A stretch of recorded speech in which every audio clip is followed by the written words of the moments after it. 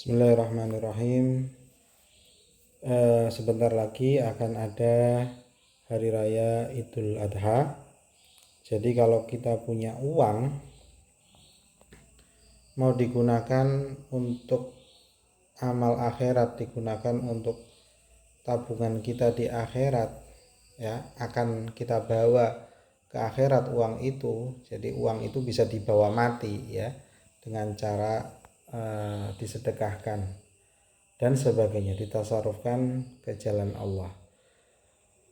Lah kalau kita punya uang akan kita bawa mati, ya, akan kita gunakan untuk ditukar menjadi pahala, ditukar menjadi surga. Maka saat-saat ini, ya, untuk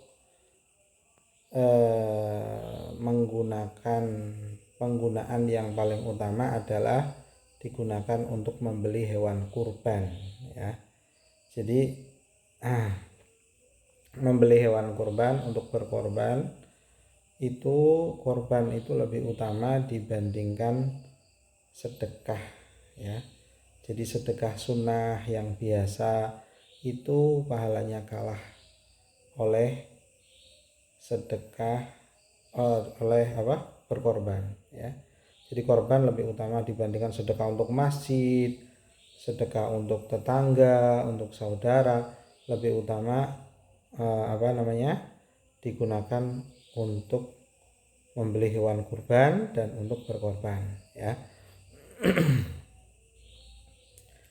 Karena Kanjeng Nabi itu setiap tahun korban. Kanjeng Nabi pasti setiap tahun korban, minimal 2 ekor Kanjeng Nabi korbannya. Kadang-kadang beliau korban sampai 100 ekor, ya, ketika haji wada, ketika Kanjeng Nabi haji dalam keadaan safar tentunya, ya. Kanjeng Nabi itu korban. Jadi safar ataupun di rumah Kanjeng Nabi selalu berkorban. Korbannya minimal 2, kadang-kadang sampai 100 ekor onta malahan, ya, 100 ekor onta. Jadi Kanjeng Nabi itu kaya.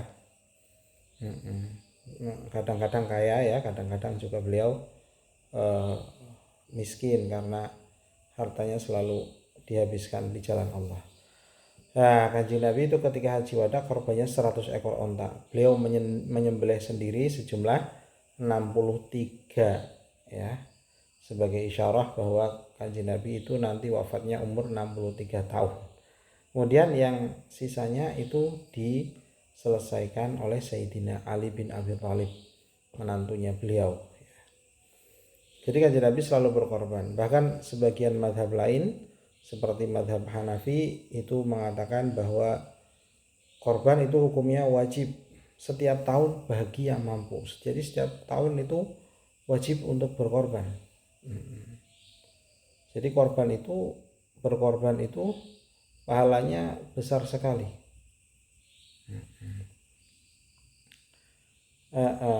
Jadi kalau ada uang gunakan untuk berkorban dibandingkan untuk sedekah yang lain, kecuali dalam keadaan darurat.